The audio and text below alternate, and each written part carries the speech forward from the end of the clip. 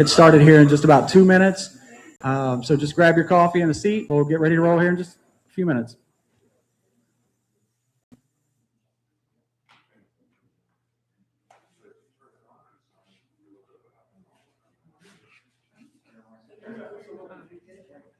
Yeah. If you tap it once, it's red, that's muted. Yep. If you tap it again, that's on. Oh, So you're on right now. okay. You're watching me learn how to work this live here. We're all learning. No idea what we're doing. Let me turn that on airplane mode. Oh, let me get this over to airplane mode here. So we don't have that happen again. All right. Well, good morning, everybody, and welcome to Herrington Harbor's 2026 Winter Seminar Series. Today, we're going to welcome back Herring Bay Yacht Club. Their members possess a vast knowledge of the Chesapeake Bay and its many anchorages and destinations. Hopefully today, they're going to teach you how to get there safely, efficiently, and have fun while you're there doing it. So anyway, please join me in welcoming PJ Warwick and Andy Schneider from the Herring Bay Yacht Club today, guys. Thank you. Thank you, Brad. It's a pleasure to be here. So thank you for coming out here in the cold to come see us, though actually is a good sign. I'm wearing short sleeves, and I'm pretty comfortable today. So I think that's a good sign that boating season isn't too far away. But thank you very much for being here. And also want to say we've got a good full room here, but we have about 150 online. So that's very exciting and a sign of the time. So if you're online, welcome. One thing that we want about this is we really want it to be interactive. So sure, I know a bit about the Bay. I've been all around the past 11, 12 years of boating. Andy knows about the Bay, but collectively, we know a lot more. So we would really love your interactivity, your questions, and for the folks who are online, I know that Brad is going to coordinate that. That's going to be a little bit new, some of the, the questions online. So that's something that, bear with me as I work to figure that out. I appreciate it. So Andy and I will tell a little bit about ourselves so you know who you're talking to here. So I'm PJ Warwick, and my wife is Lori Warwick, and we keep our boat at Herrington Harbour South. We're actually on our second boat. We've been doing this for about 12 years, and we've been on 3 different docks at Herrington Harbour South. We love North as well. We come up here to play sometimes. We love your saltwater pool here. And my wife and I boat with our 2 grown sons who are 23 and 21. In fact, our 23-year-old is getting married at Herrington Harbour South in May of this year.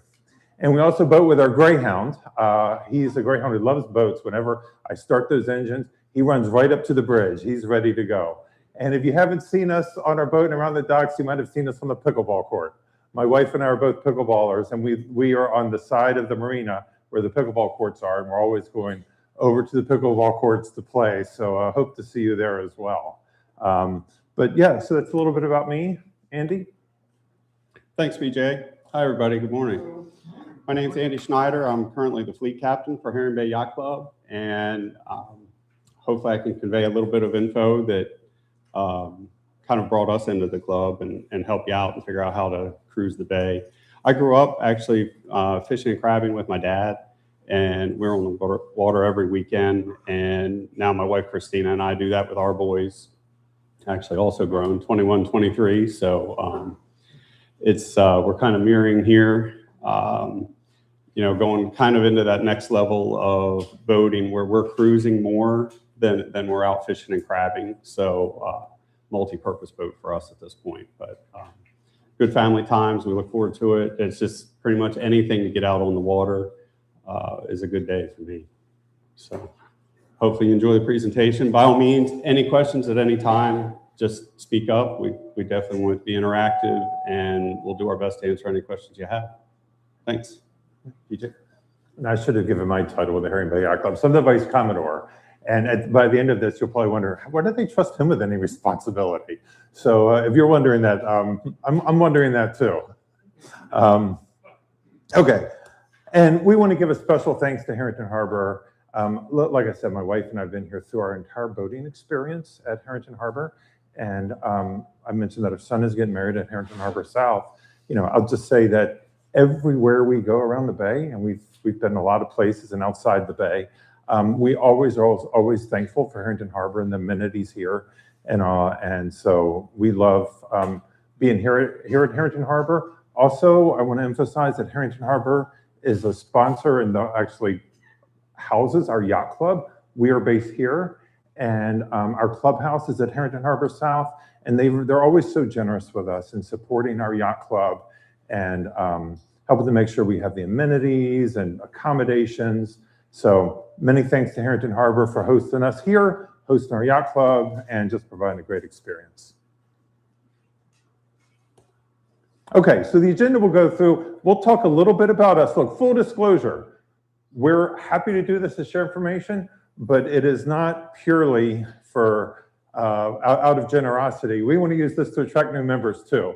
So we'd love an opportunity to tell you a bit about our club. We have a number of club members here in the room. If you're with Herrington Harbour or Herring Bay Yacht Club, please raise your hand. Bunch of fine folks there. Thank you very much for being here. So afterwards, if you have any questions, let us know. We also have cards if you have questions about membership or what we do. This is one of the avenues that we use to attract new members to the club. In fact, 4 years ago, I came to this seminar, and that's how my wife and I joined the club. So we're going to talk a bit about our club. We want to know a little bit more about your boating habits and preferences, and for us to all have this conversation.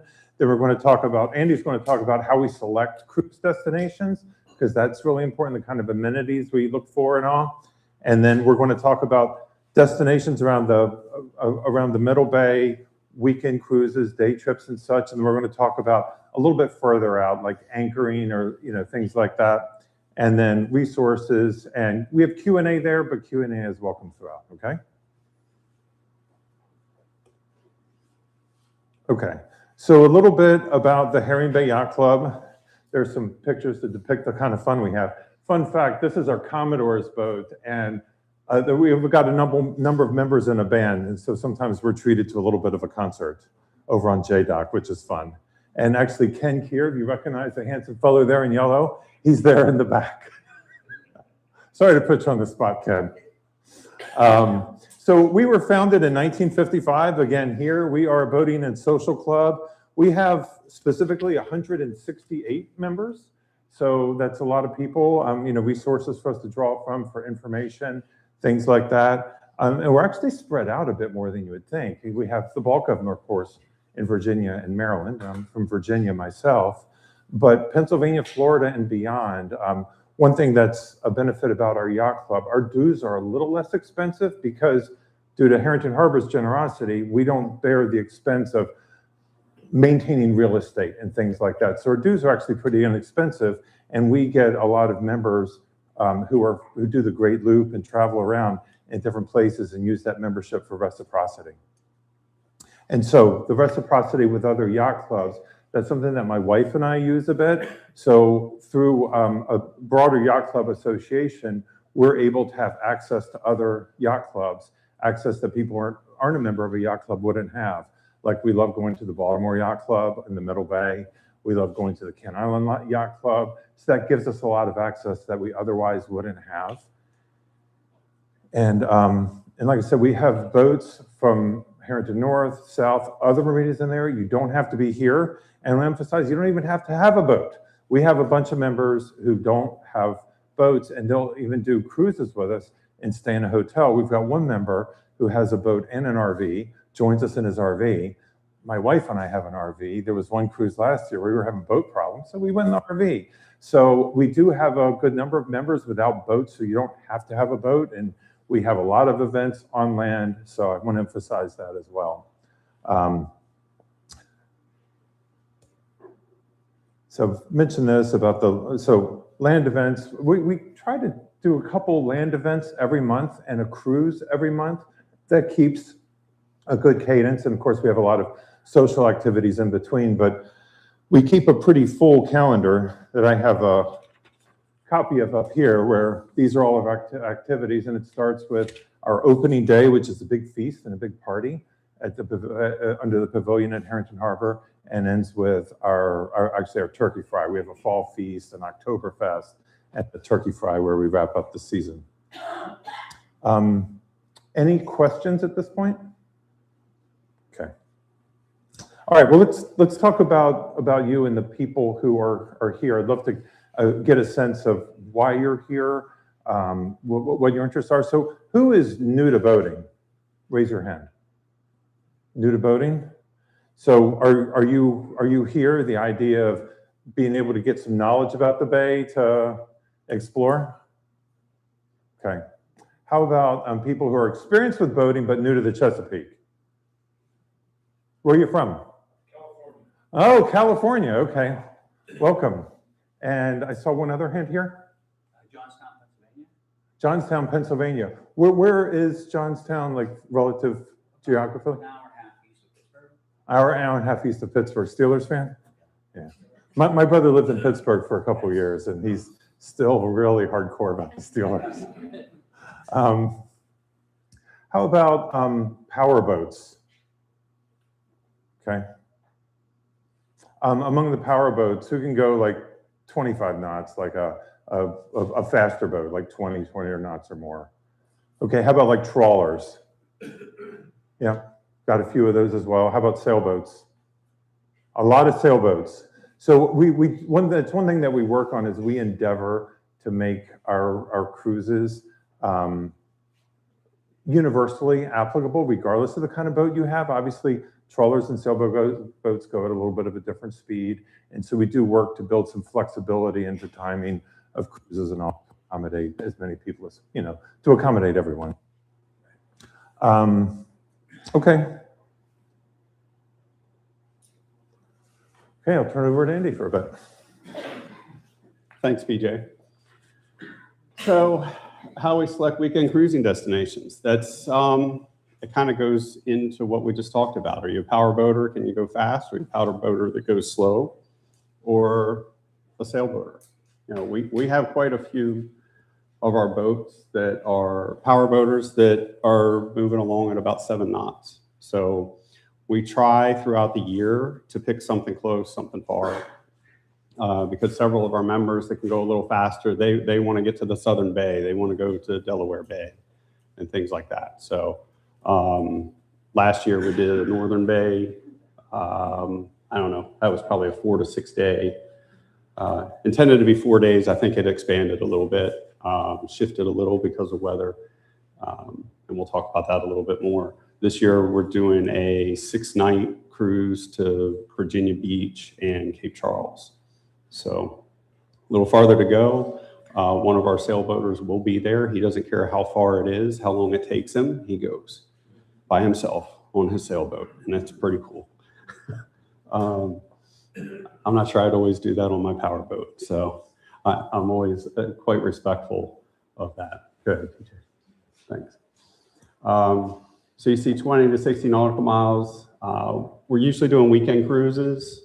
Big thing we started last year, the year before, was working with the marinas when we talked to them early in the year to say, look, we're staying Saturday night. That's our night, our club night, but some people are going to come in Friday, some are going to stay till Monday. And the different marinas have been flexible with that. So we found our members like to be able to extend it a little bit more and relax a little bit, especially on the longer cruises. You go 60 nautical miles, you kind of like to stay a couple nights and be able to relax. So we're looking for that.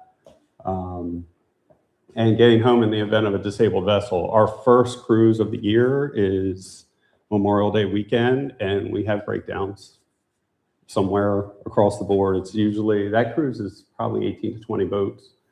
And there's usually a couple that don't make it, and they either don't leave the dock here, which is kind of the best place to break down, or, they're not too far away, and we've got quite a fleet out there ourselves and everything. So the first cruise is usually the closest one, and that's kind of the shakedown cruise. Go ahead. Thanks, BJ. And the things we look for, and really we draw from our members on this. What do you want to do? Because some of our folks, they want to go and lay at a pool all day long and just relax and get away from civilization otherwise and from electronics and everything. My wife and I, it's walking Main Street USA and shopping and finding that little restaurant that, there's one of them and that's it. Kind of chain stuff. History, architecture, we go to Chesapeake Bay Maritime Museum in St. Michael's once a year. That's one of the steady ones. We're going there every year, and that's a lot of fun. There's so much to do. And activities and events, it could be a concert in a town. It could be a car show, things like that. And accommodations for folks without a boat. Several members, I don't know how many, don't have a boat. They're either joining up and their crew on somebody else's boat, or they're taking an RV. And one, the gentleman PJ referenced, I've never seen his boat. I know he has one. He's talked about it. I've seen his RV, and he's a lot of fun. You know you're in the right place, when you dock and you see his RV in the parking lot. So it's really cool, right? So what we look for, destination marinas. We're spoiled here at Herrington North and Herrington South. We dock at destination marinas. We've got the pools, multiple restaurants you can walk to, grills and picnic areas. Herrington North is a working marina. You can get just about anything done to your boat you need. That's all the kind of stuff we look for when we are looking for destinations.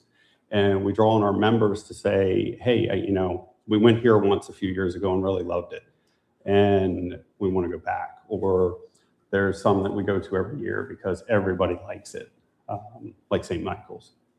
But we're really drawing from everybody. And then there's a committee of about 6 people that, kind of narrow things down, and then we put it out for a general vote. So the whole membership is involved in where we go. We're kind of throwing out ideas.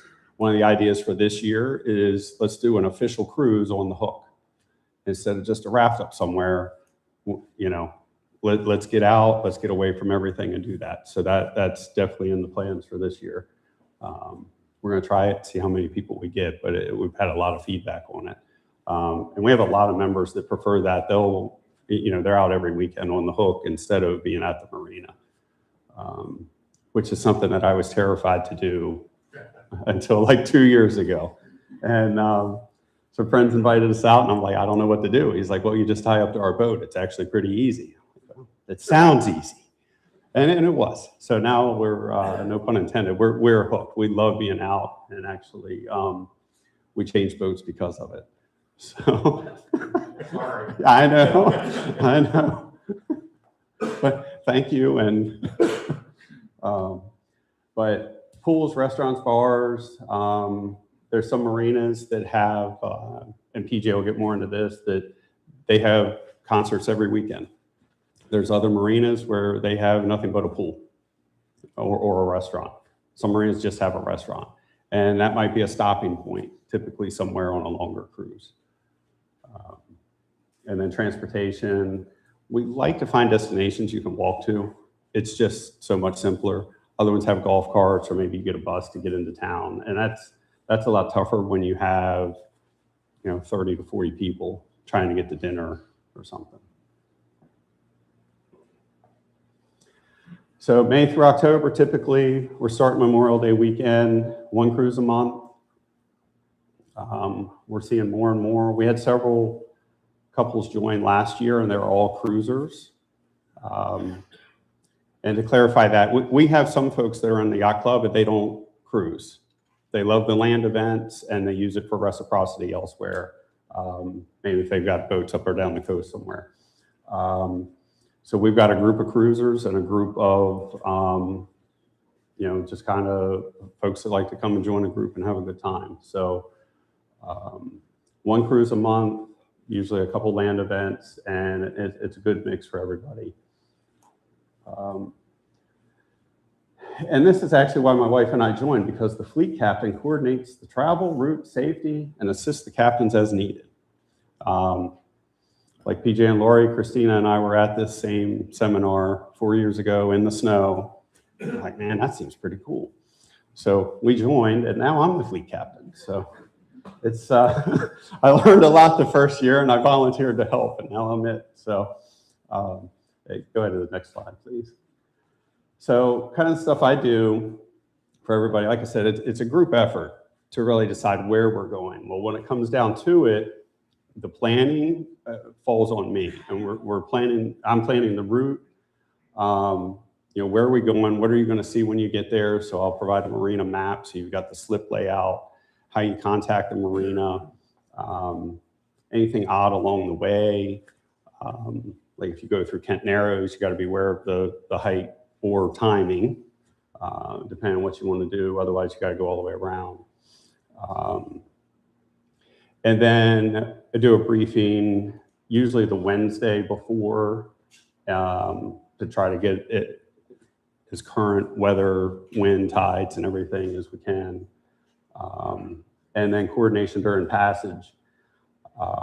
So I'm there, if anybody has trouble. What I find too is, so the briefing, I send the briefing out on a PDF after that, so everybody has it.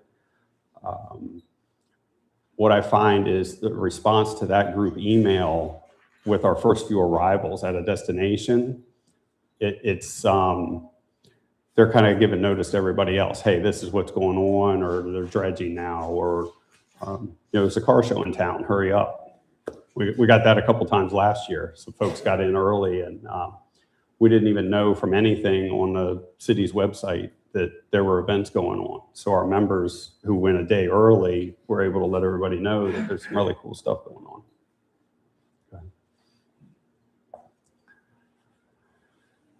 So some of our destinations here, these are the close ones, and then also Rock Hall, just north of this map. These are pretty much our where we would go first in the year, somewhere to stay close. This year, Solomon's Island on Memorial Day weekend. St. Michael's will be in September. Kent Narrows in June. And then beyond that is farther out. So I'll turn it back over to you, PJ.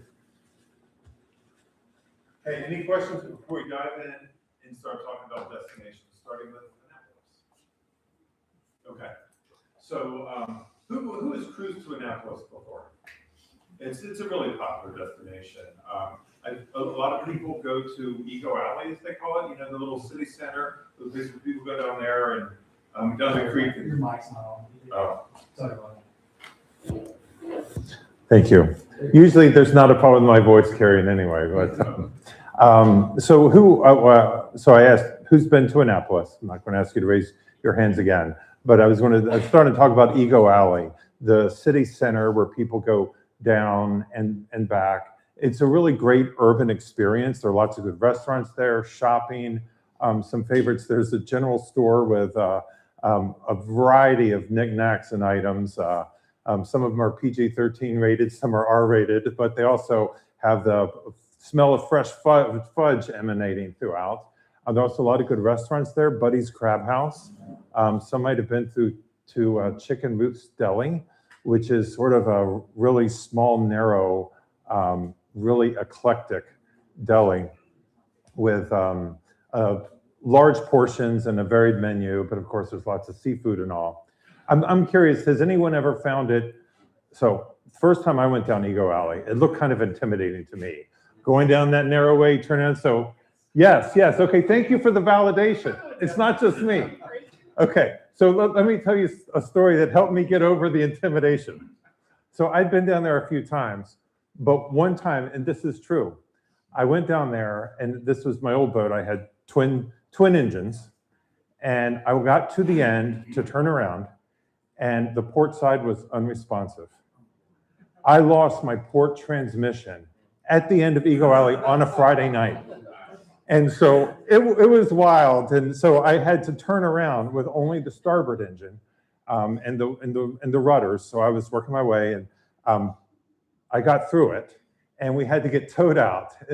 As we were getting towed out, someone at Pussers, it's not there anymore, but someone at Pussers, as we were going out, she yelled, "How's your ego now?" And I said, if I can survive that, I'm good with Eagle Alley. I can go there anytime.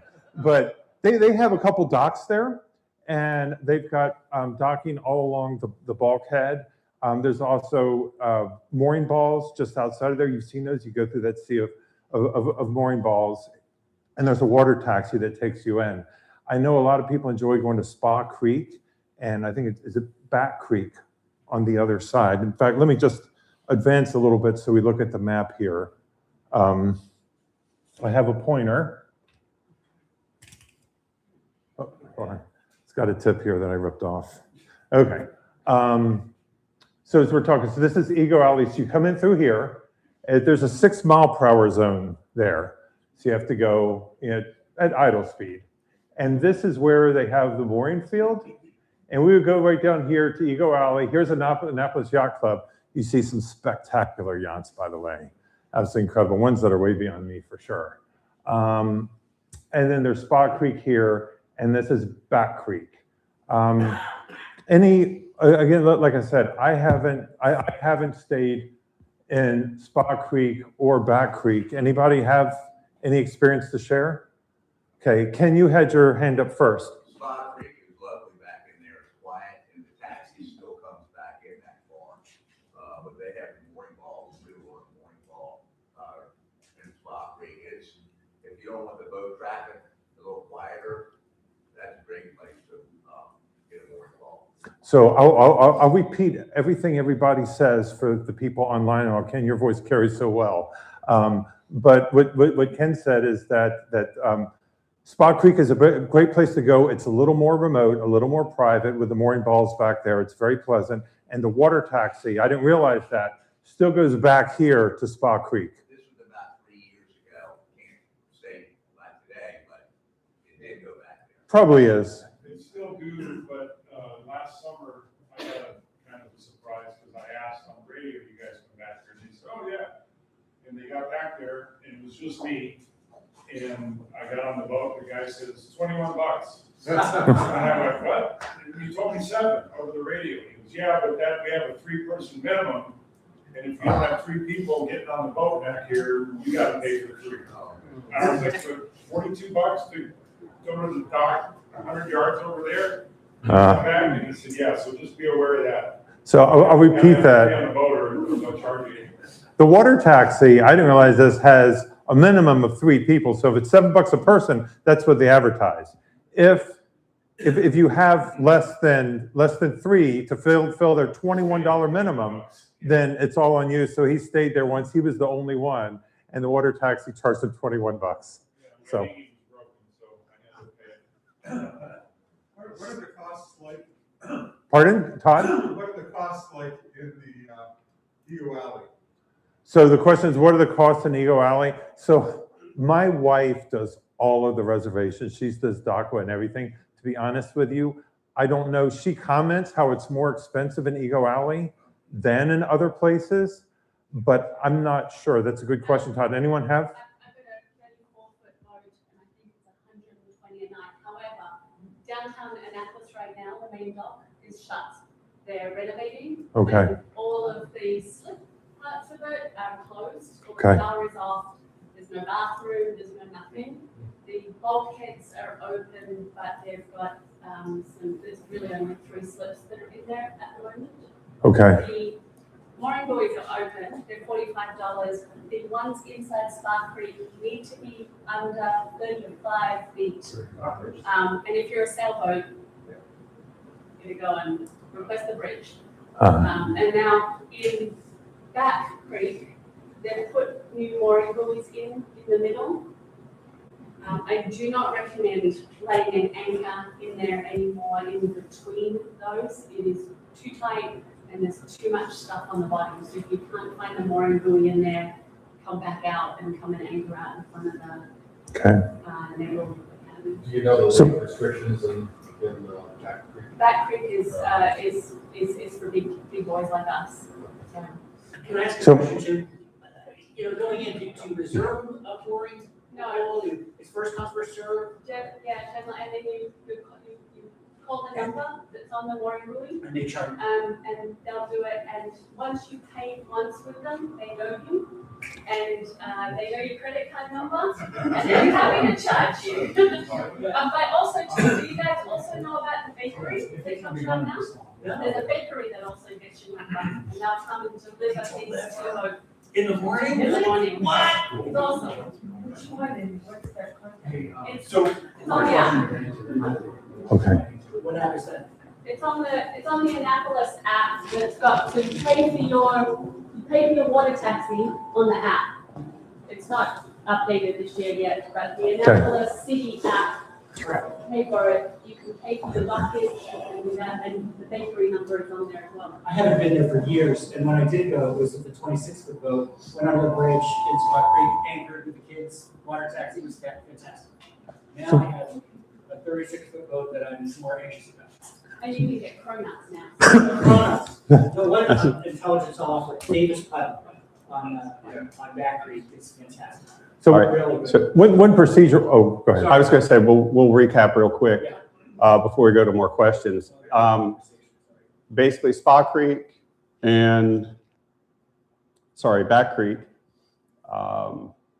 mooring balls are available.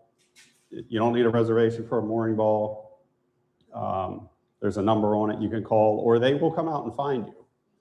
You don't have to worry about that. You will get to pay. You'll get your chance to pay.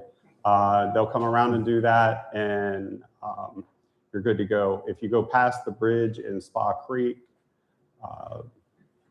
is that where it was, I'm sorry, is that where it was for smaller boats now? To be on the mooring buoys, you have to be lower than 35 feet. Less than 35 feet to be on the mooring buoys west of the 6th Street Bridge. I'm on a 42, we had no trouble at all back there. It's that first field right by the bridge. It's Okay. smaller. It Okay. goes back further, you can go back there with a bigger boat. Okay. And you can anchor for free back there. The rule they told me is as long as you're not impeding traffic, boats going by, you can drop a hook and not even have to. Anywhere. Nice. So one Freya's good. procedural idea, and look, you're doing exactly what we asked you to do. It's interactive, so thank you very much. What we'll work to do is, as people are talking, when I'm up here, Andy will go with his microphone, and so people can talk into the microphone. And when Andy's speaking, I'll do the same. So bear with us through that. We may ask you, like, hold your thought one moment. We'll be right there. But so thank you, just for the benefit of the people online, which is a good number of them. Want to make sure they catch this stuff too. Okay, we got one more question here. Just for awareness, I know in Annapolis Harbor proper, they'll do mobile pump out. I don't know if they'll come to Back Creek, but I know they will. It's like Okay. 5-10 months. So mobile pump out in Annapolis proper. They do Back Creek in the afternoons. So a few other things, and obviously, generally the group is pretty familiar here. You may know if you go into Ego Alley in the main area, it's very urban. Don't expect it to be quiet. Expect a lot of action and excitement. You get a lot of gawkers. If you've been to Annapolis, you've seen the people walking along and they gawk. And actually, my wife and I have actually had conversations with people and invited them on our boat for a few drinks. So we've had a few impromptu parties with people who are going by, but be aware that that's part of the scene. That can be part of the fun. Another thing that a lot of people don't realize is, let me find a better spot to show this. Well, if you go further down the Severn River, so this is the Severn River here, and go up on the port side, after you pass under the bridge that, I guess that's probably Route 4, on your port side is Weems Creek, Weems, and that one actually has mooring balls that you can stay in at no cost. If you'd like, it's very quiet back there. You have to stay with your boat. The reason is those mooring balls are actually owned by the U.S. Navy, the Naval Academy, and they use that as, for a hurricane or a storm, that they'll use the boats that they use for the students. They'll put them on those mooring balls. So they'll say you can use them, but you have to stay on your boat, and if they need them, you have to leave. But so I just wouldn't, I wouldn't use them when a hurricane is imminent, and you probably wouldn't anyway, but otherwise you should probably be okay. But that's a fun little thing. Okay, we got a question over here. Go ahead, Andy. That's you. Yes, sir. Can you bring the microphone up to him? Sorry. Go ahead, sir. I just wanted to comment about the Ego Alley. I often go up there if I have guests or my grandkids are in town. You can go in for a couple of hours, so you don't have to go in there overnight, and it's really easy to achieve. You just call up the harbor master on the VHF. They'll meet you at the dock. They'll tell you which dock or slip to take. sometimes if it slips, sometimes you can go right up to the bulkhead. And it's not real expensive, out of $10 or $20 for an hour or two. And you can go in, have lunch, walk around the old town there, and then you're off and on your way back home. So it's not just an overnight adventure. It can be a few hours of just looking around town and having lunch. That's an excellent point. My wife and I have actually taken groups of friends there just for a dock and dine at the Chop Tank or Pusser's when it was there. That's a great point. Okay, let's do one more question, then looking at the time, we need to keep it moving. Well, hold on, wait for the microphone, please. What is the width of Eagle Alley? So I don't know measurement, but it'll accommodate 2 boats going through on each side, right? And then one's on the bulkhead. So it's at least a comfortable 4 boats across, and some of those boats are pretty good size. That's where the Eagle part comes in. But yeah, there's space, but sometimes you see like a big 60-foot or something coming through, it's like, oh, are they going to make it? But they seem to always make it. Even me with a missing transmission. All right. Let's talk about Kent Narrows. Who has been to Kent Narrows? A good number of people, maybe a little fewer, but that's another great spot. It's just about 23 nautical miles. So if you go 25 knots, a little bit more than an hour. So what we would do is, when I go there, I go through Eastern Bay here, up the Miles River, and then up there. Be aware that there is the bridge if you want to go in the northern part. Here, I'll use the pointer again. So if you want to go the northern part to these marinas here, you have to go under that bridge, and then you just need to know the protocols for, for the bridge operation times and signaling for the bridge to open and so on, and to be prepared to wait there with other boats, which is, easier for some boats than others. One thing about Kent Narrows, I'm sure I'll get a few smiles and nods when I say this. The currents are pretty brutal. Yep, I'm seeing a lot of smiles and nods. Okay, I'll share you one of my own stories about the currents there. We were staying at the Kent Island Yacht Club, which is here. And so we were docked such that our boat was this way facing east-west. And so the current was coming this way. And I started my engines to go, it was in the morning. I started my engines and my center engine was just getting air through. There's no water coming through. So I was looking there, I didn't see anything coming through. And it really confused me. I thought I had a big problem. And I shut the engines off, trying to troubleshoot and figure things out. Long story short, what I eventually figured out, the exhaust from my starboard engine, the current was taking it over to the intake of my center engine. And that's why I wasn't getting any water coming through. I moved the boat a little bit and water starts coming through. But that's just kind of a fun story about how the currents can be pretty brutal. So when you get out there and move, you can really feel the currents take you. And of course, if you look at the tide charts and everything, you can plan accordingly. But it's shallow. There's Yeah. shallows all over the place. There are, yes. Todd brings a good point that there are there's a lot of shoaling and shallow areas. In my own experience on the north of the bridge, I think has a little bit more of that. That's just my experience. But yeah, you definitely want to consult active captain before you go there. But it is a heck of a good time, and it's well worth the trip in my opinion. There are a number of good restaurants there. There's Red Eye Dock Bar, Harris Crab House. There's the Bridges Restaurant.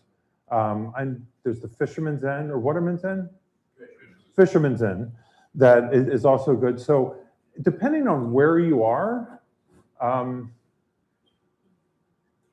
going back up here, this part is a little more walkable.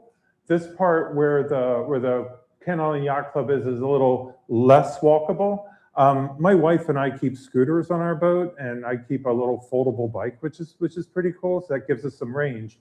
But if you have the means to make the trip or walk a little bit longer, there's also a really great trail that goes here. It is called, I made a note of it here, the Cross Island Trail.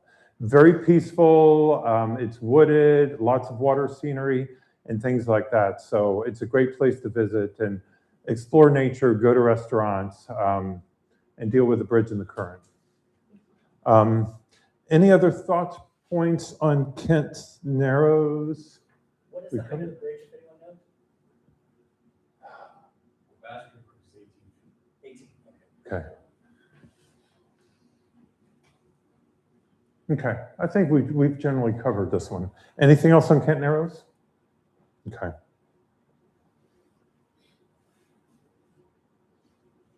All right, St. Michael's, another favorite. As Andy mentioned, our club pretty much goes to St. Michael's every year. You go right across, before we talked about going up to Kent Narrows, through Eastern Bay, down the Miles River. Same deal here, you just go further down the Miles River. It's there on your starboard side. The Miles River is so beautiful, it's easy to navigate. It can be a little windy, but even on days when the bay can be a little rough with south winds and all, the Miles River I find is actually pretty pleasant. And that chart is north down, right?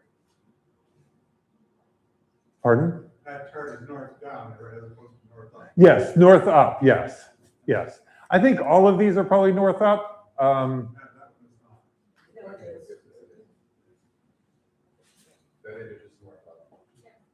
Yeah, so yeah, we got Herrington Harbour here. Sometimes it can get confusing sometimes. I was thinking right at the erosion. No, all good. I make the same mistake. Yes, Before sure. you go on, I just want to add that if you don't want to go in the marina, although there are other places you can, anchor and still go into St. Michael's, when we were sailing most of the time, instead of power boating, we would take the back way into St. Michael's, which is around Black Walnut Point, and you can go in San Domingo Creek and anchor there, and then take a dinghy to a dinghy dock and walk into town. And it's a really cool way to visit St. Michael's. I had no idea. I had no idea. I had no idea. I've always gone through the front door. That's interesting. Oh. Hey, Brad, I might have just, I just cut my little thing off. Sorry. Thank you for that, Nancy.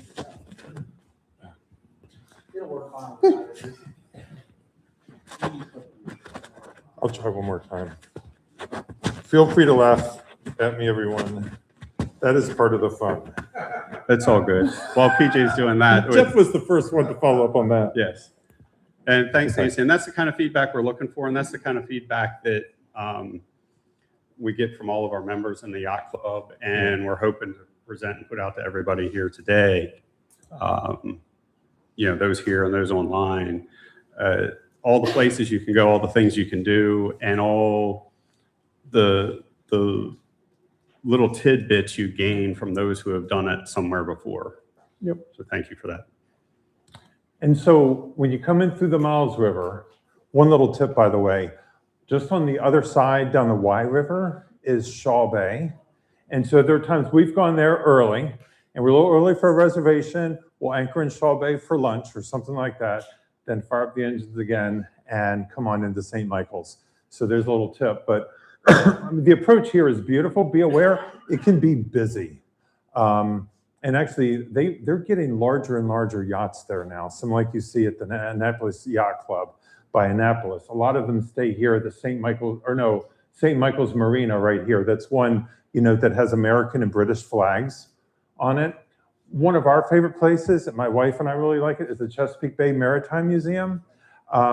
If you stay there, you get full access to the museum.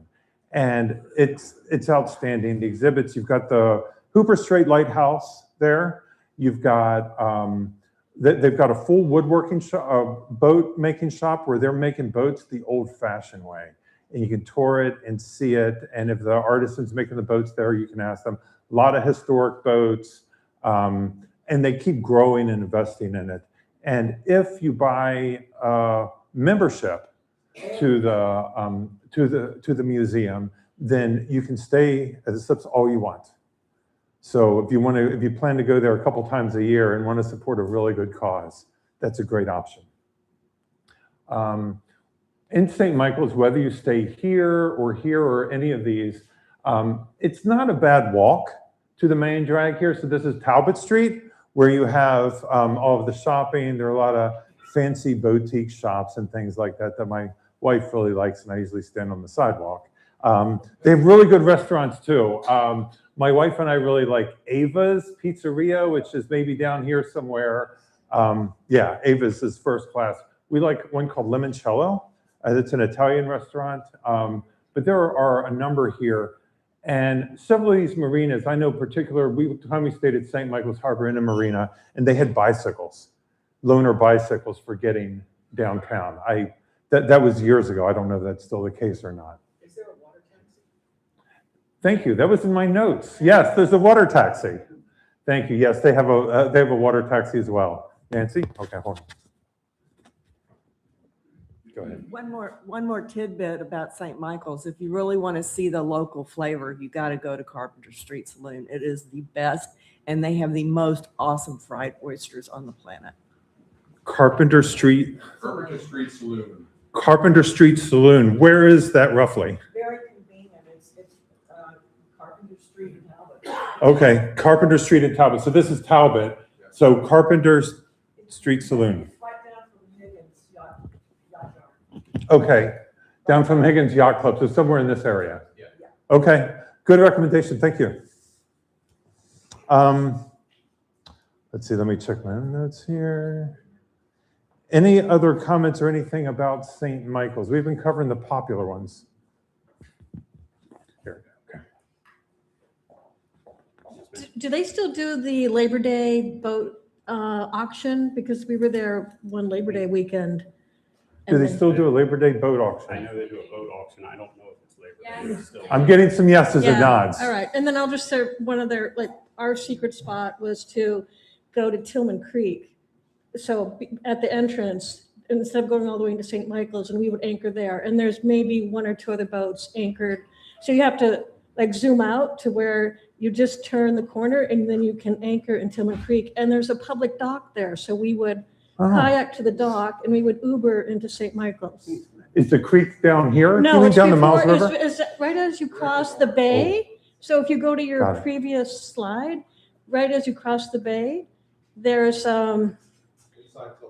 yeah, right inside Tillman. It's off the map. Okay, so it's off the map. Okay, Yeah. Right when you turn into the Miles, so it's opposite Shaw Bay and a little further north. Yeah, a little north opposite of Shaw Bay. So I mentioned Shaw Bay, but that's another place to stop on the way to St. yeah, Michael's. it's a great spot. How easy is it to get in there? You just have to, you've got to follow the marks, but, you know, Are you in the Talbot? we're in a sailboat with a 5.5-foot draft. Oh, we did the one in there, last year. It's shoaled up a lot, on the north side of that mark. And good for you, because that scared me. Thank you. Okay, Say one.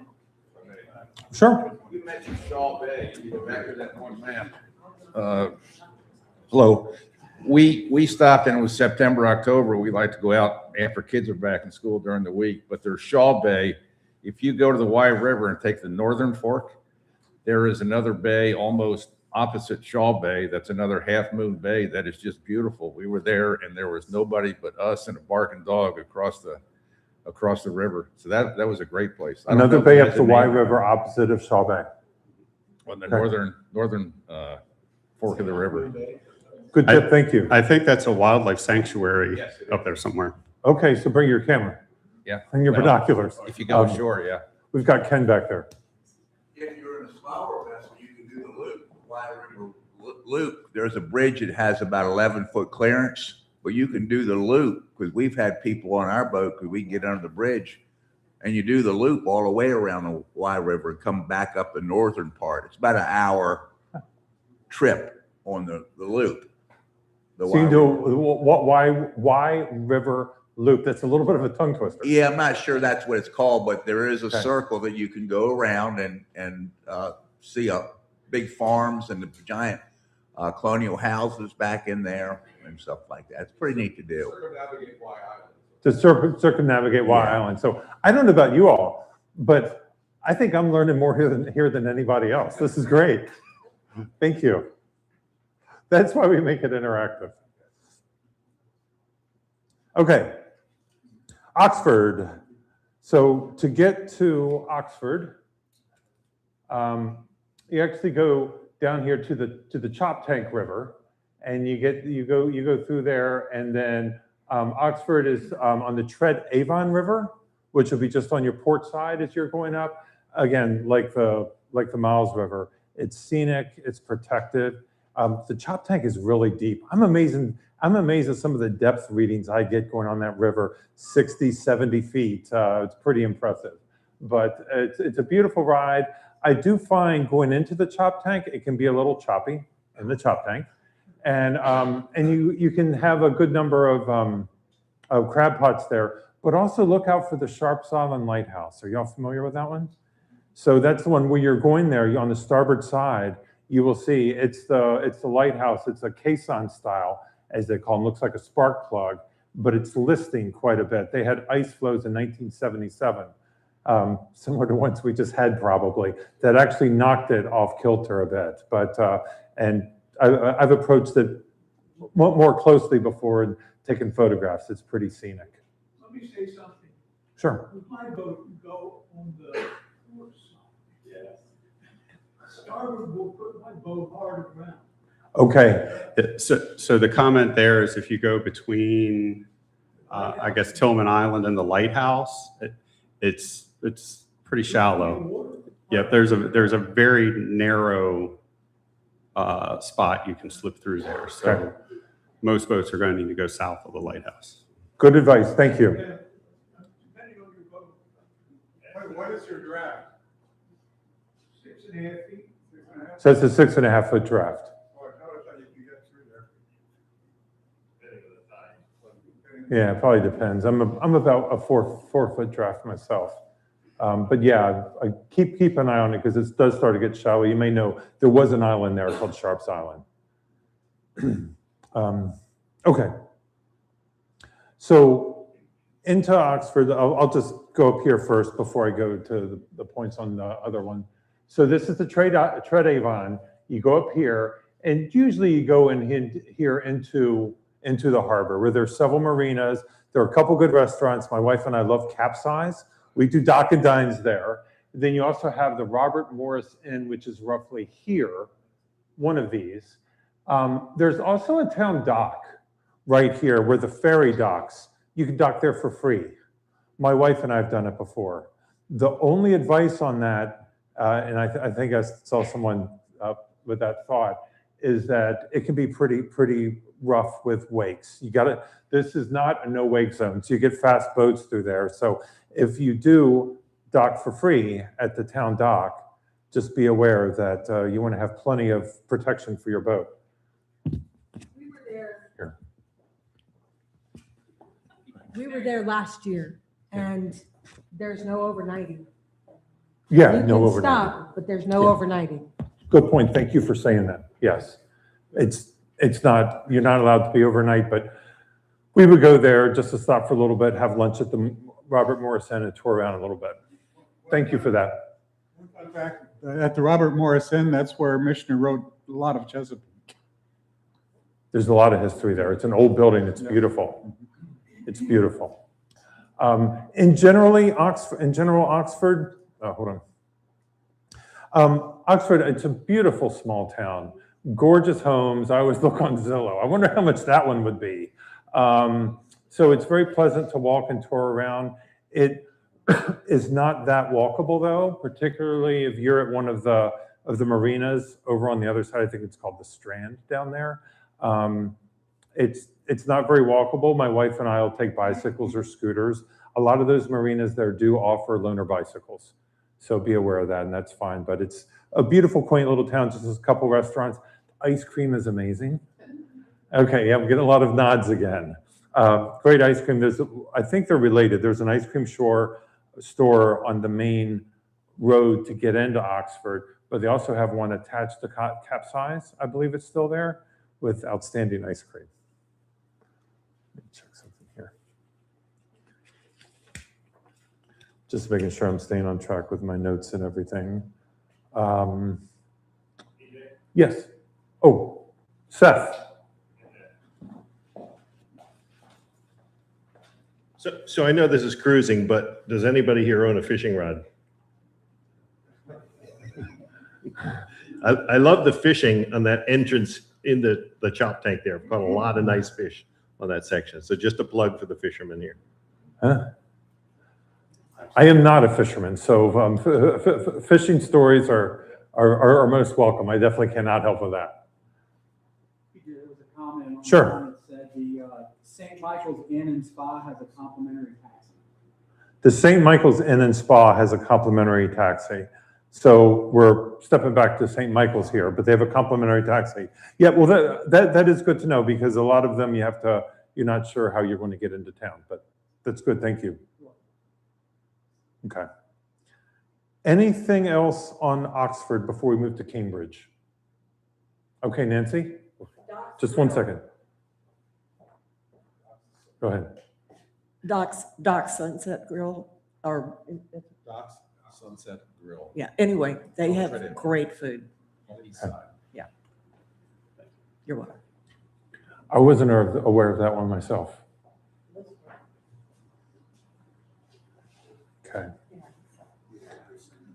Okay, Cambridge. Cambridge, it's the same deal. You go down here to the chop tank and just go a little bit farther past Oxford on your port side, and then Cambridge will be further down on the starboard side. You see the Route 50 bridge that goes across, and you'll see Cambridge on your starboard side. There are basically two experiences in Cambridge. I'll move down a little bit here to orient everyone. Basically, two experiences you can have, what I find. Down here is the Hyatt. It's a beautiful resort. They have floating docks. It's you've got the full access. You stay there by boat. You've got the full access to the pool, the amenities, the gym, the grounds, all that. I'm not sure they might have golfing there. I'm not sure, but you can look it up. There's a lot there. Frisbee golf. Frisbee golf. Okay, even better in my opinion. But it's a long way to get to where most of the activity is here. So generally, if you go for the Hyatt option, you're kind of committed to the Hyatt. I have taken my bike there before and biked over to the restaurants and all, but you're crossing Route 50. It's not the easiest bike ride. Then over on this side, you have several options. We've usually stayed at the Cambridge Yacht Club. My wife and I like that a lot. And then there's also a town dock here and a couple marinas. But we find you go here, all the activity along here is walkable. Restaurants, they have some shopping, a few boutiques, not nearly as many as St. Michael's and certainly not as much as Annapolis, but Cambridge does have a lot of charm. For myself, I grew up on the Lower Eastern Shore, a little town called Princess Anne. All those years I passed through Cambridge on Route 50, I thought it was nothing but a Walmart and a Dairy Queen. And then I become a boater and I find out it has so much more to offer. So if you've ever taken Cambridge for granted, like me, just driving through it, I would encourage you to give it a try and check it out.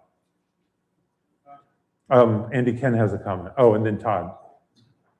Any order. The Hyatt is not protected, so if it's a little windy out there, we've been there 2 or 3 times, and it can get pretty rough at the Hyatt. So. Yeah, good point. It's also a no-go for our sailboat friends. It's the fixed bridge. The point made is Great it's a point. no-go for the sailboaters because of the fixed bridge. Excellent point. Thank I you. always wondered why I never saw sailboats there. I'd also put a plug in, there's a maritime museum there, and within spitting distance of that is the Harriet Tubman Museum. Great point, the Harriet Tubman That was Museum. her home. Thank you, Todd. We'll update our notes for that. Those are 2 great points. One other thing, sorry, jumping around a little bit, that I'll point out about the Hyatt also, it's huge and those docks are long. I've got a dog, and when you walk your dog, you have to hurry because your dog, if your dog's eyes might be yellow and hurry in there. I've actually seen a few dogs that had accidents that didn't make it all the way. So it's a long way from the docks, depending on where you are, to grass for your critters. And a foldable dock cart is definitely handy if you're at the Hyatt. Yeah. If you want to go up to the pool or do anything else, it is quite a hike if you're carrying gear. So I think we've covered these points here. Mentioned that before, related to Oxford, that the mouth of the Chop Tank can be challenging. They do have a lot of events, festivals and all that are good to keep an eye out for. And there are several good restaurants. RAR Brewing is one of my favorites. There's actually a good restaurant past Cambridge called Suicide Bridge. It's about 20 minutes, 25 minutes past the Hyatt. Excellent restaurant. My mom goes there by land, and she talks about the Suicide Bridge restaurant. I haven't been there by land or boat, but I've heard wonderful things. It's on my list of things to do sometime. Thank you, Ken. Okay. Quick time check here. I think that we're doing pretty well.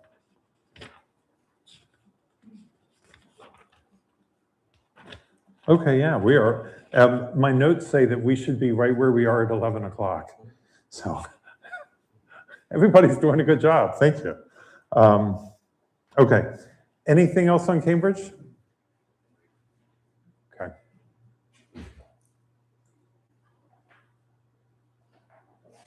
All right, Solomon's. Yes. Oh, is Seth over here? Hold on, Seth.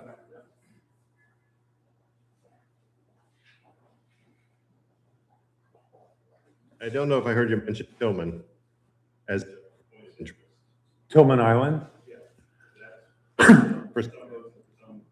We do cover Lowe's Island and Knapp's Narrows in a little bit. Okay, cool. Yeah, we'll cover that. So we do have this divided a little bit, but we have a section that's more day trip oriented where we cover those.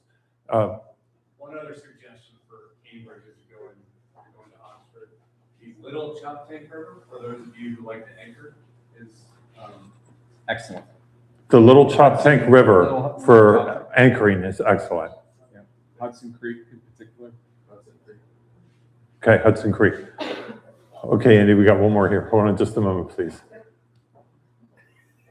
Thank you all for being patient with us. It really helps out on Yeah. Thank you. Where am I going? Sorry. Yes, ma'am. We were sailing last year, I think, out of the Little Chop Tank at dusk, and we saw a whole family of porpoise, dolphins. It was kind of cool. Porpoise sighting in the Little Chop Tank.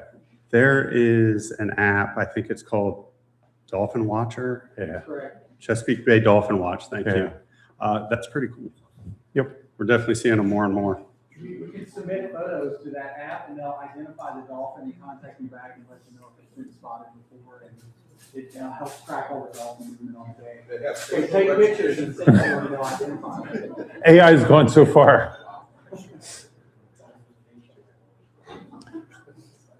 Okay, well, let's talk about Solomon's. First, we'll talk a little bit about getting there.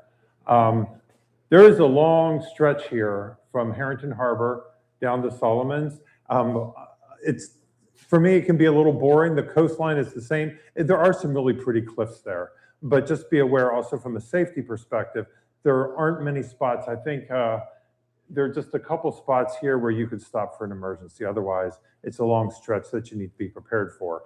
Also, consult your charts. There are a number of places that are off limits. There's a liquid natural gas depot where trucks they have trucks too probably, but where large ships, tankers come up. And there are a few areas too that I'm not sure, but I believe they're military. And so you just need to be aware of those and stay clear and just be prepared for a long ride. But when you get to Solomon's, you'll be in for a treat. To that point, those areas are marked. They're on the charts, and it's pretty obvious when you're out there. And the main thing is just keep your eyes open and stay away from land at that point. And if you hear a description called out that sounds something like your boat, you need to respond. Turn towards the channel and respond. I have seen the patrol boats come out before for other folks, and everybody's listening on the VHF, and we're like, that's the boat they're talking about. Why aren't they answering? So be respectful, and they'll do the same, is what I've heard. One time I was one of those boats. That was in the Northern Bay. That's another story. speaking of maritime museums too, they do have the Calvert Maritime Museum, which you might have noticed I'm a little bit of a lighthouse geek.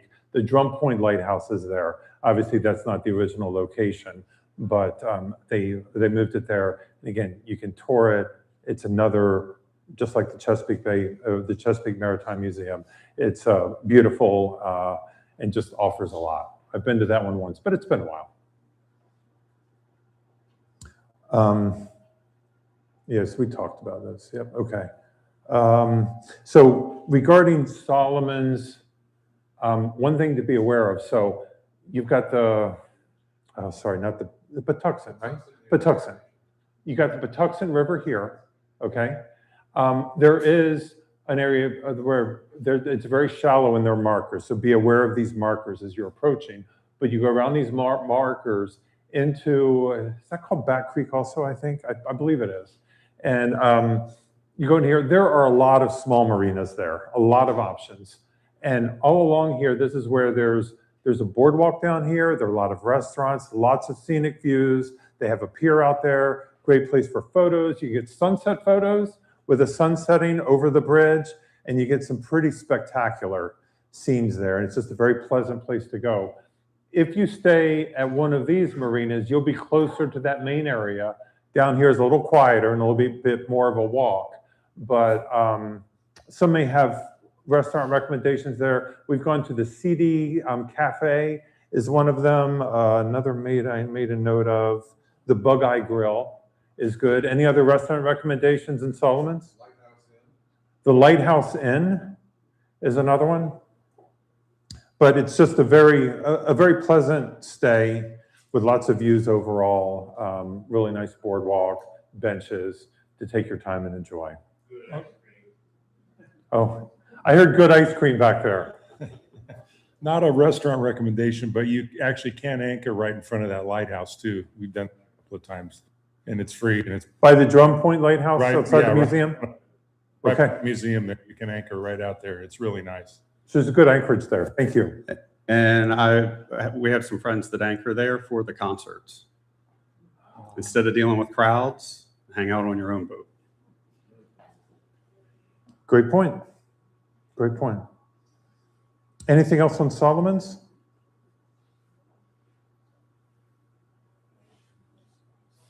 Okay. Okay, so this is the area where we're done highlighting some of the areas where we typically do. You might typically do an overnight or a day trip. Now we'll talk about some other destinations in the upper or lower bay. This is a little focused on the middle bay. I'll work on going down these and welcome any input. But one that isn't on here, I love Chesapeake City. Who's been to Chesapeake City? Okay. That's a really cool little town. You get to go up to the Chesapeake and Delaware Canal. You might get to see some really big ships there, but it's a really quaint little town. If you want to get some exercise, there's a bridge you can walk up and go across to the other side. But and also you get treated to the Turkey Point Lighthouse on the way. When you go up the Elk River on the port side, you'll see a massive cliff with a Turkey Point Lighthouse up there. That's also, it's just a really pretty view. And in Chesapeake City, definitely check the Marina websites and the town website, because last year when our club went, I think there were 3 concerts that weekend and 2 car shows. So plan accordingly. If you want a quiet weekend, or you want excuse me, you want a busy weekend to see a lot of stuff. Yeah. So Baltimore is always a cool destination. We could probably do a presentation just on Baltimore. Of course, you have the Inner Harbor, and then you have other neighborhoods like Fells Point, Canton, and so on. We've made several trips. It's a bit of a haul going up there. I mean, getting to the mouth of the Patapsco River is only half the trip. But it's so cool. I mean, it's urban, it's industrial. You see big ships. You may see cruise ships. When you go to the Inner Harbor, even if you don't plan to go that far, go to the Inner Harbor. You see the high rises all around, and you know they got the submarine and the USS Constitution and so on. It's Baltimore is a real treat. And this Constellation, year, thank you. I wasn't sure if I was right on that. And this year, PJ, Baltimore is hosting Maryland Maryland celebration for the 250th anniversary. And the website, I believe, is Sail 250MD. Check it out. Blue Angels will be there, tall ships, all kinds of, I think, Coast Guard displays, rescue scenarios like that. Book now if you're interested.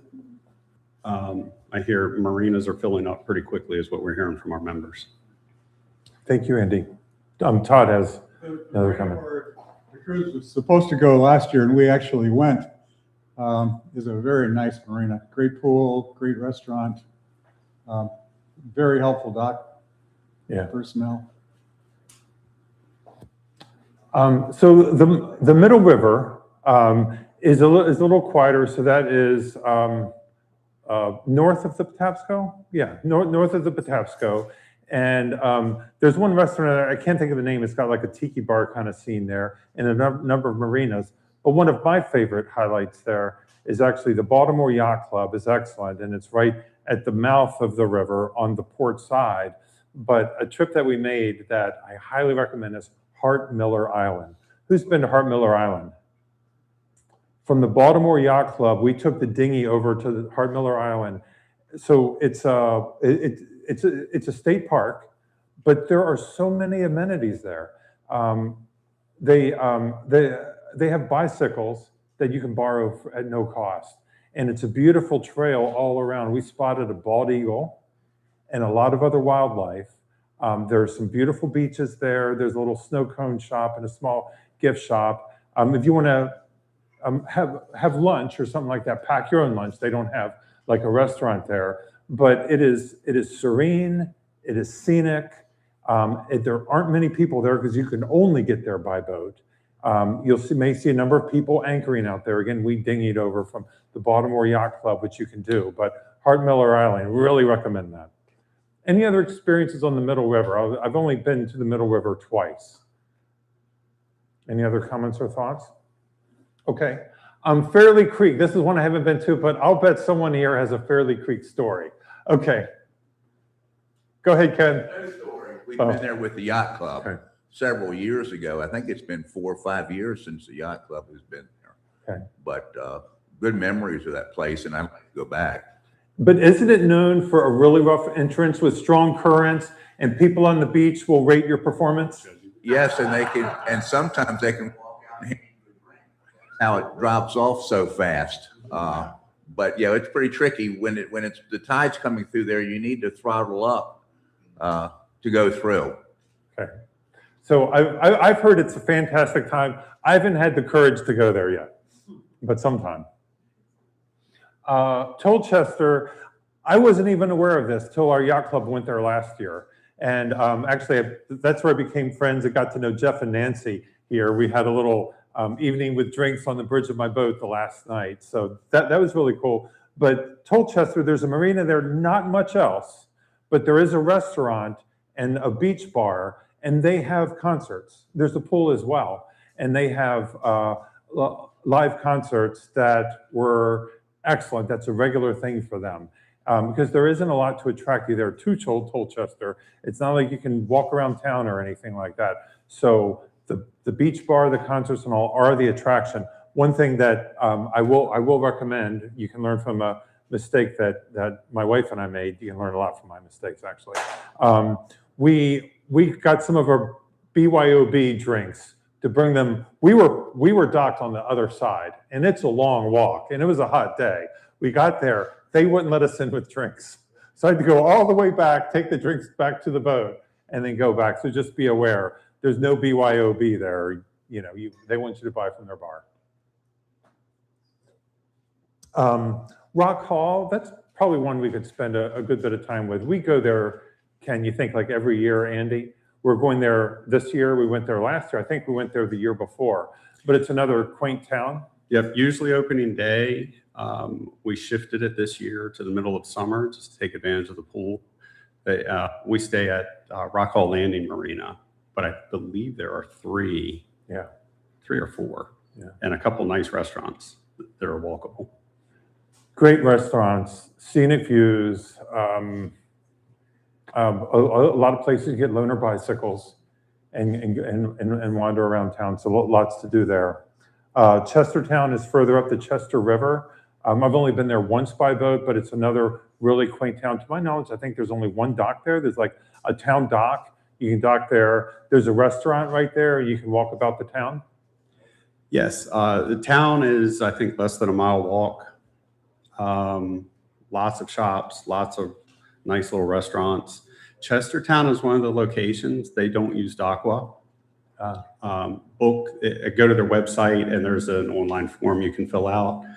And super nice folks there. Dockmaster retired last year, I think. The new Dockmaster is just as nice as the old one, just as helpful.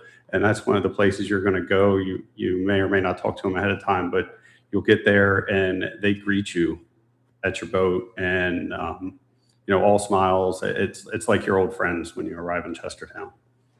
And just to ground everyone, as we're talking about these destinations, before we get to the Lower Bay, excuse me, I'd like to step back to an overall map. So we've been talking about a lot of destinations in the Northern Bay, and actually, well, what I'm about to talk about is actually out of the range, so forget about that, sorry.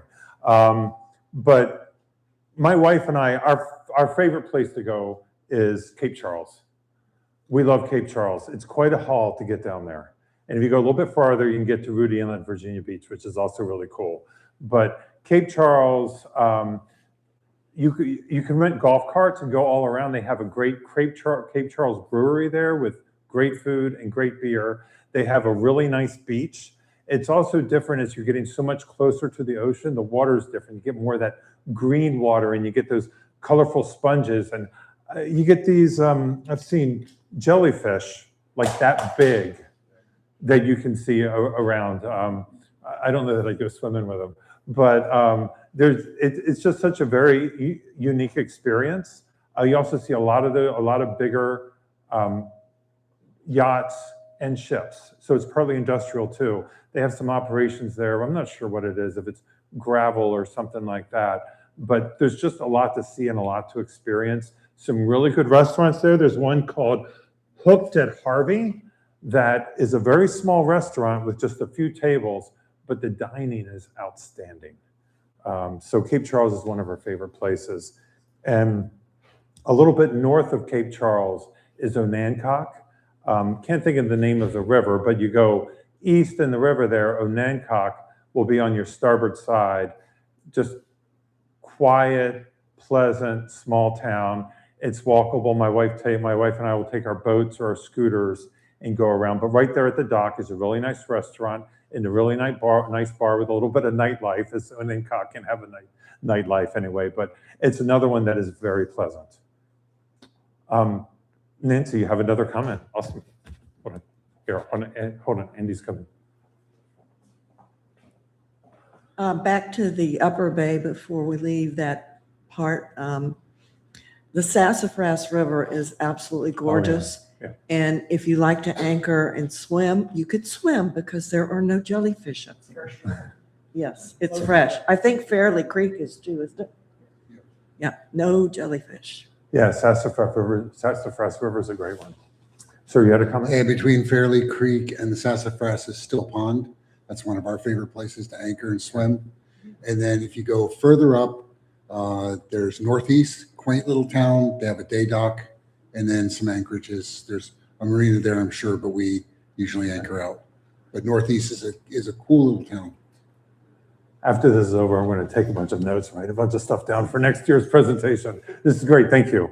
And Brad. Just a couple comments online. Sure. They mentioned Fairleigh Creek is definitely one of their favorite places to go. And Okay. it's slack tide. And North Point Marina at Rock Hall, they have a courtesy shuttle service and bikes. North Point Marine at Rock Hall has a courtesy shuttle and bikes. Thank you. One other thing, so we're just talking about the Southern Bay. When you go down there, one thing to look out for at the mouth of Potomac River, one, the mouth of the Potomac River can be pretty wild because that's a lot of water coming in, right? So you get a lot of chop there. But one thing that's cool too, who knows what the American Mariner is, the target ship? You familiar with that, the Navy target ship? Yeah, it's really cool. So it's a ship that was sunk, I don't know how many decades ago, but it's used as target practice for the Navy. So it's riddled with holes, and now it's just a hulk of rusting steel. It's really fascinating to look at. There's a perimeter to all, yes, it's broken in half. That's exactly right. But there's this perimeter that you can't go in, and but you'll see a lot of fishing boats there. They get right up to it and they fish right there. I'm sure it's good fishing. But one time we were going through and we saw a boat fishing there, and we heard over the radio they told specifically that boat to get out of there because they were about to begin exercises, which we were in a hurry to get to Cape Charles, but it would have been almost worth it to kind of, stand there and watch. That would have been fun, but we didn't. Yeah. Anything else before we move on and keep it going? I'd like to tell you that Yorktown is a wonderful place to tie up, or you can't anchor there, but they have a lot of restaurants, and Yorktown is very famous, and they have various other things like the cave that the British were stuck in, and it's just a fun place, and I think you'd enjoy it. It's better than kind of like Norfolk and some of the other places down there. As well as Mobjack Bay. It's a beautiful bay. Wilson Creek is nice, but there are plenty of anchoring places, so forth. Well, thank you particularly for the comment about Yorktown. I haven't been there with the yacht club. There is another couple that we do a week-long trip with every year. And this is the first year that we're doing Yorktown. And I thought, why has this never been on my radar? I looked at it, I've seen pictures of it. It looks fantastic. So thank you for that. If we get a chance to connect after this, I may have a few questions for you. But yeah, so we'll be going there in this September. Andy? Go back to the overall map. I appreciate it. Yeah, that worked. One thing we don't talk about, one thing we don't talk about, and we don't have a slide for it, but we're spoiled here in Deal and Rosehaven. And so I think we'll expand for next year, but a lot of folks actually come here. So this is more for everybody online, because I believe everybody in the room here are slip holders at Herrington North or South. There are also maybe 5 other marinas here in Deal. Several restaurants on the water. If you want to do dock and dine, or if you just want to come into town. There's a lot to do here in Deal, and we don't highlight it again. And we apologize. We're just kind of spoiled, and we tend to overlook Deal, but it's a good stopping point if you're going north to south or vice versa. It gives you good middle grounds on the western shore here between Solomons and Annapolis. Great point, thank you. Well, keep an eye on the time. I'll keep it moving along. So we want to talk about a few anchorages and day trips. And one thing that you've already noticed in this discussion, we don't have them all covered. So bear with us. And after this, I do want to take some notes for future presentations. But here are a few that we identified to talk about. But generally, these are ones we might do raft ups, less than 20 nautical miles. So I've been to Lowe's Wharf once. It was in our older boat, and it was one heck of a time. You can anchor there. They have mooring balls. There's a gentleman there who'll come pick you up at a dinghy and take you in. They have a beach there. I think they have beach volleyball and cornhole and different games. They got a bar and food. I don't know if this is typical or not, but I remember on the other side where there were the boats, I walked up there, I saw the other side, it was all motorcycles, really, all motorcycles. I thought, okay, this is the scene here, boats and motorcycles. But they do have an inn there where people can stay in a little like an inn, hotel, whatever you might call it. But it is a really fun scene. One thing to be aware of, though, about Lowe's Wharf, it is shallow water.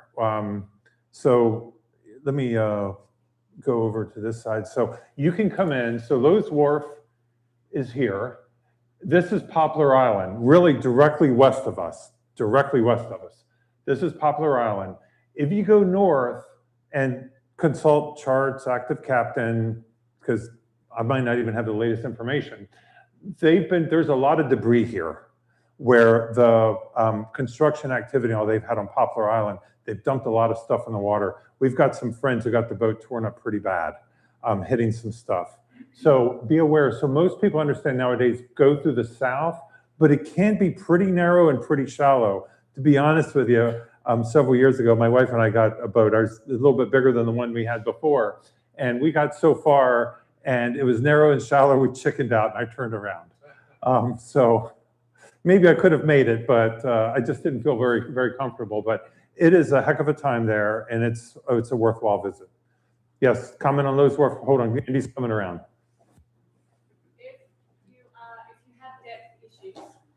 If you go on the other side again, so you go through Tillman or around Black Walnut to the creek, it's Harris Creek above Dun Cove. You can anchor in there if you need to. There's a dinghy dock, and you can walk over to Lowe's Wharf. It's a 7-minute walk. So you can walk over across if you dock on the other so side. you don't have to do of any Tillman of this. Island. This side, you come in from the west instead. Okay. Harris Creek? Harris Creek, the one up Okay. from Dun Cove, and there's a Yeah, Dun Cove is right up from Narrows. yep, and then the next creek up, and it's got a public dinghy dock there. You can't go through Narrows if you're tall, right? Yes, you can. Call the bridge, get them to open it. Okay. Yeah. Okay. Is it deep enough? Yeah, it's a great question. What day is it today? Depends on what you could draw. Call the bridge tender. The woman on the weekend is amazing. You're going to talk about this, I think, but go slowly and trust what they tell you. Don't take the reds the way they tell you to, not the way you think you should. And there's a big sign that says shoal. Don't go near it. But yeah, if you go around, Excellent advice. Some great points there. Thank you. Dun Cove. So Dun Cove is on the other side of Tillman Island. Another great place that I understand, I haven't been there myself. It sounds like others have. That is great for anchoring. Sounds much like I think of and describe Shaw Bay. Great bottom, peaceful, great for anchoring in Dun Cove. And so here there are a few charts here. So yeah, so this is Knapp's Narrows. You can go through Knapp's Narrows and up here to Dun Cove. you can see Harris Creek. You can see the little pink thing is Lowe's right on the top of your map, and that creek I'm talking about is right there. You can see how narrow it is right there. Okay, here, then you go through. You dinghy there and walk over. There's a public dinghy dock. That's a great point. Harris Cove has 5 or 6 feet of water? Harris Creek? Okay. So Tillman Island, Knapp's Narrows. So this, I think we've talked about this a bit, but it can be intimidating. It is known for currents. It's known for a lot of shoaling. I understand there are plenty of crab pots through there too. Is that still the case or not? No, okay. Maybe I've heard wrong. This is another place where, full disclosure, I have not been myself. I've been over there by land, but not by water. But, so yeah, you pass through there. I understand there are a couple marinas, places to stay. Anybody want to describe? Who's stayed there, where you dock, any favorite restaurants? Okay, here, Jeff. Thanks. First of all, the western approach, the Chop Tank Riverside is very long and narrow, but it's well marked and it's got good depth. You approach the bridge. The bridge usually responds to one long horn followed by one short horn, and they will usually honk back at you and they'll stop the traffic and raise the bridge. There on the south side, just on the west side of the bridge, there is Gina's. Gina has a restaurant in St. Michael's, and they opened a new one there in Knapp's Narrows. They got a lot of bulkhead, and they allow you to raft up with other boats if they get permission from them, and they'll give you a free drink for doing it. Awesome. On the other side, on the north side, is the fuel dock, and it's a self-serve fuel kiosk. And then there's the Knapp's Narrows Marina, and they have a big long floating dock there. There's also room, what's the name of it? Big Mac's, is it? The restaurant right there by the bridge is Big Mac's. Great place, waterfront. They've got a bulkhead there. Limited slips, but if you can't get a slip at Big Macs, you can get a temporary slip at the Marina and tie up, and you can walk around or or pick you up in a golf cart. Okay, It's I'm pretty cool. determined to try Leaving Naps Naps Narrows going west, going out toward the Chesapeake Bay. I've done it many, many times. The locals say there's a nun out there, and you want to make sure that is on your port side as you're leaving. And you respect the nun, you hug the nun, you love the nun. Keep close to that nun when you're going through, and you won't have her. I haven't seen less than 6 feet, 6.5 feet. I had low tide going through there. Okay. But you really do want to make sure you stay close to it. Okay. One more comment about Naps Narrows is right across from the fuel dock that's by Big Mac's is the dock that the watermen all use.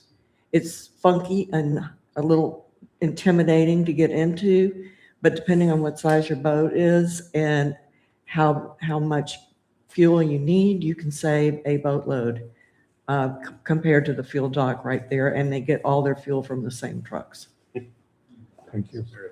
You've got Wilder Hotel on there. If you've got shallow draft, coming in there and taking a slip at Wilder Hotel, Okay. It's so quirky, so interesting. They've got these motel style places, be really cool for your members that don't have boats, and a very nice pool.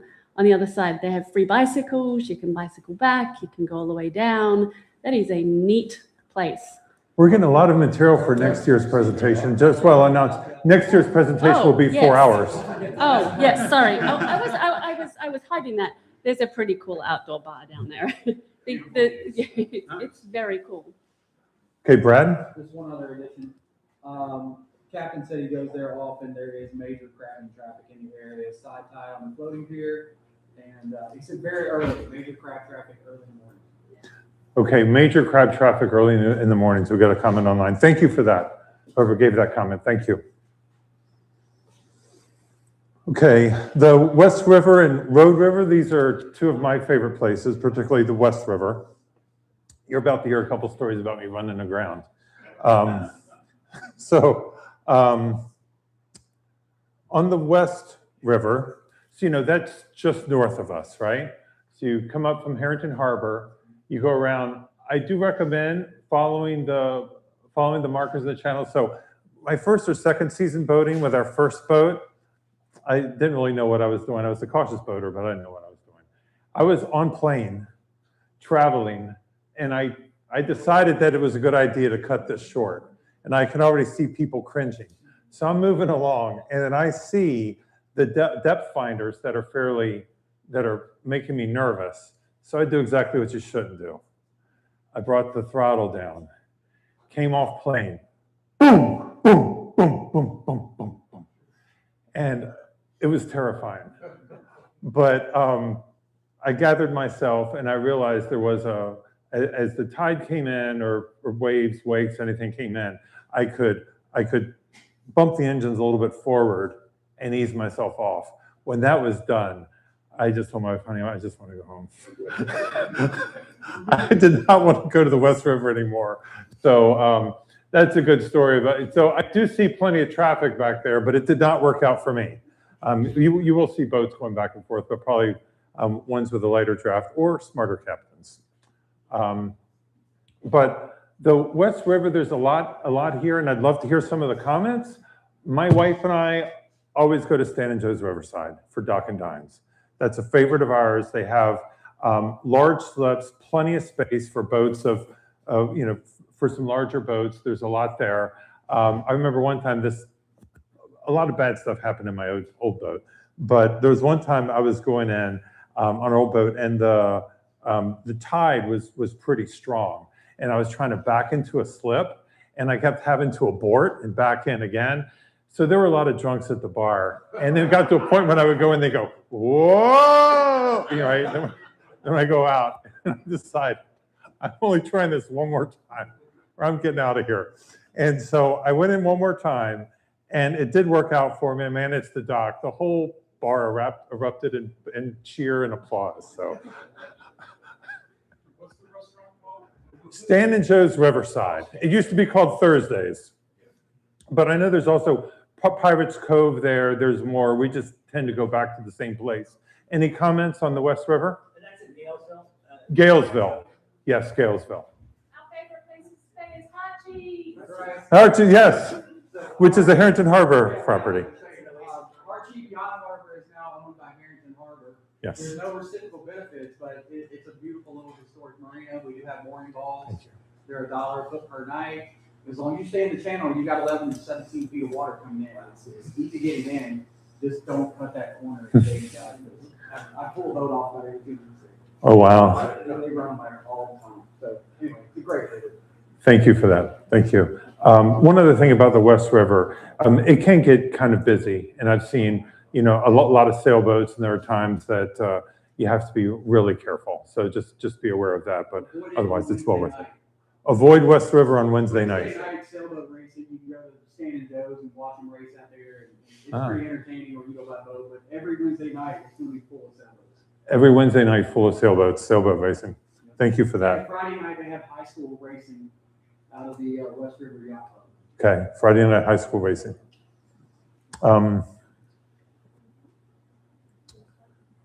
So just north of the West River is the Road River.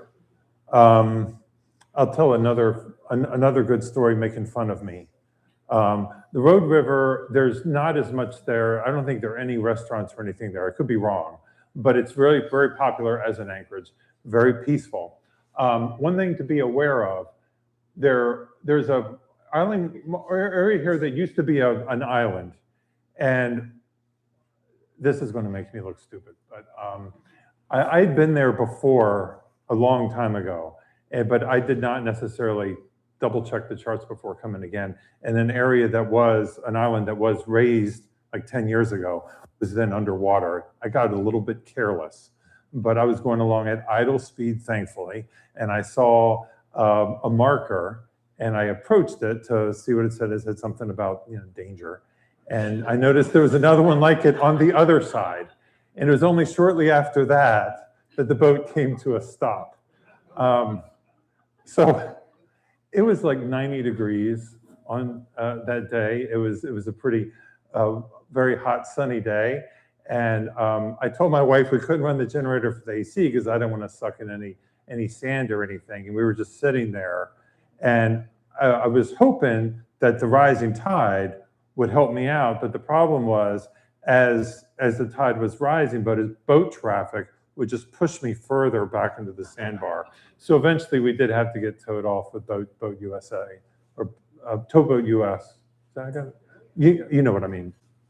Yes, we had to get towed off. So those are the 2 times I ran aground. But when we got our boat in Florida, I remember some of the guys were talking, the captain who helped with the sea trial and all, there's a saying down there, if you haven't been aground, you haven't been around. So I'll take a little bit of pride in that perhaps. Any comments about the Road River? But wonderful, peaceful place to anchor. Okay. The Magothy River in Dobbins Island, that's another one I've been to. It's very scenic. There's some really nice marinas around there. What is the name of the island right here? Dobbins Island, thank you. Dobbins Island, there's a story about it where it was privately owned. It is privately owned, and but people still go there and they anchor and explore the island, and there are signs admonishing you not to do that, but people do it anyway. But and I've been as far here. There are a lot of moorings. If you go through, just very scenic. Gibson Island itself is actually a gated community, but you can go around and you can see it in tour. It's just a great place to tour and explore.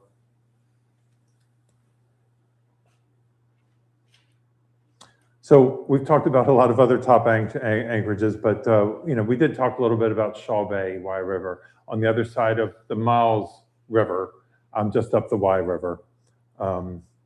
Every year they do have a music festival. And it's I'm trying to think of the organization it benefits, but it's the Benefit Bay cleanup efforts. And they have an outdoor concert, pardon? Shore Rivers. and they have an outdoor concert where people go there, they anchor, you can dinghy up, people crowd around concerts that's always hosted by somebody's boat, but it's quite a scene and a lot of fun. Question? Yes. Can you go back one slide real quick? I just wanna- Sure, back one slide. Okay. Good, okay. Okay, so this is the point now where I hand it over to Andy to bring it home.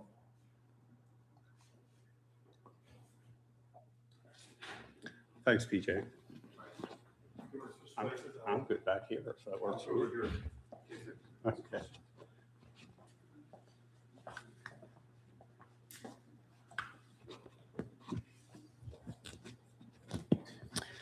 All right, so everybody has their favorite resources. And I say stick with them. Go with what you're comfortable with, especially when it comes to navigation, because you don't want to be trying to figure out the app when you should be watching the waterway. That is the worst time. And I ran aground once because of that. Fortunately, not too bad. The first ones up here are great. I love the Prop Talk, Fish Talk, and Spin Sheet series. I'm a power boater, we talked about earlier, but I read all three of these as much as I can, and I encourage you, if you're a sailboater, still pick up Prop Talk. And even if you don't fish, pick up Fish Talk. There are tidbits in every one of these publications that will help you. And it's just cool to read. If you're a boater, they're all very cool to read. But there's something in all of them. So they do a great job of putting it out there. Of course, check out your destination Marina. When you're going there, you'll have a lot of info. Like with Chestertown, you've got to book directly through them. Cape Charles might be Dockwell, sorry. A lot of the yacht clubs, you book directly through them. So with the reciprocity and everything. So be aware of how you need to book and book early. As a club, we try to book everything or encourage our members to book in February because we're going as a large group, and that does not always work. If it's just a single boat, you're probably going to be fine, I think, in most areas of the bay, unless it's a major holiday weekend, 4th of July or something. You should be able to get a slip. And I'm not familiar with crab decks and tiki bars, but I've heard some good stuff about it. I haven't used it. So if you're interested, pick that up. As far as reservations, most places we deal with now are Dockwell. Snag a Slip, the last one I dealt with was probably 2 years ago. For navigation, I like Navionics. Again, especially for navigation, use what you're comfortable with, use what you like, and stick with it. And just like with using your radar, practice it on good days when you know where you're going. And I have printed charts. I recommend everybody does. But like when I do our cruise planning, I still print everything out and take it with me in a folder, because when you're on an approach and you've got a heavy wind messing with you and waves and 20 boats coming at you when you're trying to get into a marina, it's a lot easier for your first mate to flip open that page so you can see basically the slip map and everything else and the contact info, instead of trying to go through your phone or scroll through on one of your displays or something. So I like printed material in addition to the electronics, because you never know. And a list, websites down the bottom, it's endless now. Does anybody have anything they recommend? Anything you really like that's just kind of, it's out there, it's been better than anything you found? Nancy? Aqua maps, especially if you're in the intercoastal. Okay, Aqua Maps in the intercoastal. And I don't think we have that listed. So Aqua Maps, okay. App or website? App. Okay. I think it's paid, but not expensive, and you can add people to it. Okay. And it was invaluable to us when we brought the boat up from Jupiter. Okay. So Aqua Maps is an app. It's a paid app, but useful on the intercoastal. Okay, Todd. I love my chart book that I've got. It's a way to get all of your printed charts in one place for cheap. Okay. Yeah, also, I concur Aqua Maps for the ICW. There's a sub app you can get called Bob's Tracks. That's a crowdsourced app and it's amazingly accurate. It's great. amazing. We did the whole ICW, never ran aground once. Okay. Is that like Waze for boating? Kind of. Okay. You know, like Gavianis will show you the white thing Yeah. in the middle. Bob's Tracks will show you a thing that goes like this through that. Okay. Okay. And More it's specific info. It's precise. It's precisely accurate. Excellent. Yeah. All right. Thanks, everybody. Okay. And same thing for weather. There's a lot out there. I find one or two more probably every year, and just finishing up my captain's class at Annapolis School of Seamanship about a month ago. I probably came away with maybe half a dozen more apps and websites for currents and it just anything you can imagine that comes in handy. So, and here we have like Annapolis Yacht Club, racing results and weather. Racing clubs are actually good resources too. Not just for entertainment. You can go out and just drift along the bay and grill some hot dogs or something and watch a regatta go by. But check out their websites too. It's a lot of useful information. Marine weather's good. I like that one.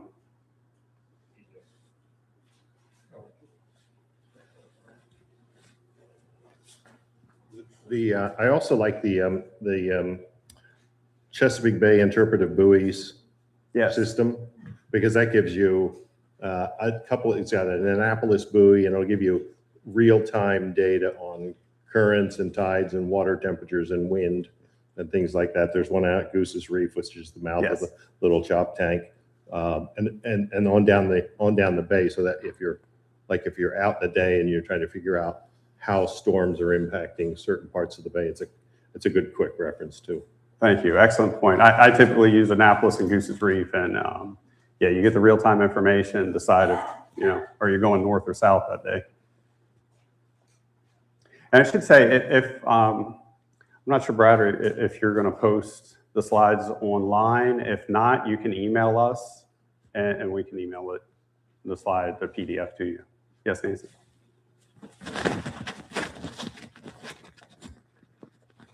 Another. Get real close. Yeah. I'm in your face. Another really great app for weather that is free. It's called PWS. And if you know what that stands for, Personal Weather Station, and it looks like a little weather station. And you can pull up the map and say, find stations near me, and you get live data from people that have these weather stations. So you'd be surprised how many there are all over the bay and pretty much any place that you cruise to. So it's like Waze for weather stations. It's basically what a privately owned weather station. Right. Oh, okay. Excellent. Thank you.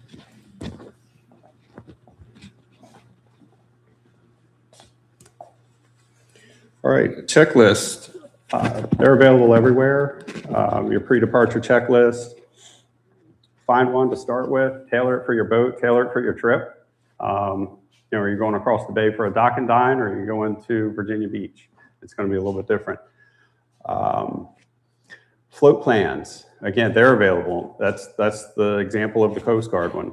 What I use for a float plan is I take my Navionics screenshot that shows our starting point, end point, distance, and time to get there, and I text that to our boys. And then we text them when we leave the dock, we text them when we get to the dock. They know when we're on the water, they know our planned route. It's the simplest I've been able to come up with because honestly, I'm too lazy to do a float plan. And the one time I did, my boys looked at it and like, why are you doing this, Dad? We know the boat, we know where you're going. And they know the bay as well as I do. But at least the float plan, they know on this given weekend where we should be and when we're on the water. And it's a good idea. Again, it's the quickest I've come up with. Do what works for you. Just make sure somebody on land knows where you should be and when you should be there. Well, we lost a good member of the community this year. I forget if he lived in Deal or North Beach. But he went out alone on one of the rough days rock fishing, and people had an idea of where he was, didn't know where he was going to be, and nobody started looking for him until the next morning. So I think he and his boat were found. I think the boat was found a couple of days later. He was found like a week later. So we don't want to go there. Yes, sir. In the back, PJ. You know, another good thing that happened to you. That we found, we joined Salty Dogs, I don't know, Sailing Association, and they use a couple of things, Starlink, but they also use Garmin InReach. Mm-hmm. And we have one of those on our boat all the time. And I have my family tied into that, so they can see at least where the boat is at in real time, all the time. Absolutely. So that's a good thing to have too. Absolutely, I like that. You can also use AIS for that. And if you do go out fishing alone, and I don't know, maybe that's where you're going with it, Seth, is you can put it, you have the clip-on EPIRBs now, the personal EPIRB. You go over, at least the Coast Guard is still going to get that signal. If you're out there floating, hopefully you have your life jacket on, but you get separated from the boat. It's tough to get back on the boat, especially if you're the only one there. And so something like that. If you're sailing alone, if you're cruising alone, there's a lot of technology there nowadays to use. You know, we talk about the technology for the boat. Think of the technology for yourself so you can make it back home and use your boat again. Go ahead. So some of us that fish and some of us that boat spend time on the water and early and late in the season when the temperatures are below 50 degrees, like your survivability if you go overboard is very thin. So the EPIRBs they're expensive, but they're worth their weight in gold. The other thing is I swim in a pool up in Annapolis near the high school, and they bring the 5th graders in there every day to teach them how to put on life jackets. Nice. And they jump in the pool and they just figure out like how to stay together, things like that. And it struck me that I've had a lot of people on my boats over the years, and I've never taken the time to talk them through, here's where the life jackets are, show them how they go on, because just stuff happens so quickly. And with losing LJ this spring, as you mentioned, another waterman over near Smith's, and a third one. There were like three people we lost, and then in Gloucester, Mass, they just lost 8 people on a fishing boat. So this stuff's top of mind for a lot of us right now. Absolutely, thank you. Yeah, actually, I'll tell people where life jackets are. I never thought to actually show them how to put it on or even explain it. I grew up with it, and I don't think about it. So thank you. That'll make us all better. Yes, sir. Did you guys mention something about an app that you could get buoy readings? Well, the live buoy, Seth, I don't think that's an app. I think that's just a website that does interpretive buoys for the Chesapeake Bay. Okay, thank you. Any other thoughts or questions on a checklist or float plan? All right. If you're interested in joining us, that's great. We'd love to have you. My wife and I we came to the seminar because we didn't know how to cruise, believe it or not. On the water all the time, didn't know how to not come back to where we left that same day. That's how our boating was. And so you're welcome to join us. Call us, email us, use us as a resource. If you don't want to join, that's fine too. Use your friends and fellow boaters. That's what we do within the club. Like I said, we start our ideas for where we want to cruise the bay. And the reason we've cruised all these different places is from a member who's been there once or twice. And that's what we try to do, is we try to go to places that are fun, and it's getting tougher and tougher to hit them all. And let me just ask everyone once again, if you're with the Herring Bay Yacht Club, please raise your hand. Okay. Any of these folks, if you want to talk to anyone, please feel free afterwards. Thank you all. All right. Thank you, everybody.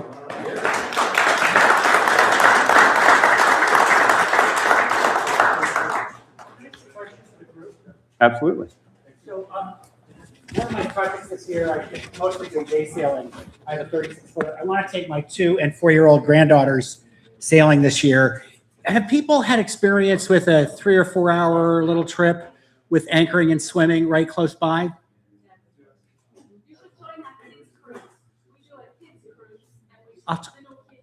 I'm going to talk to you afterwards.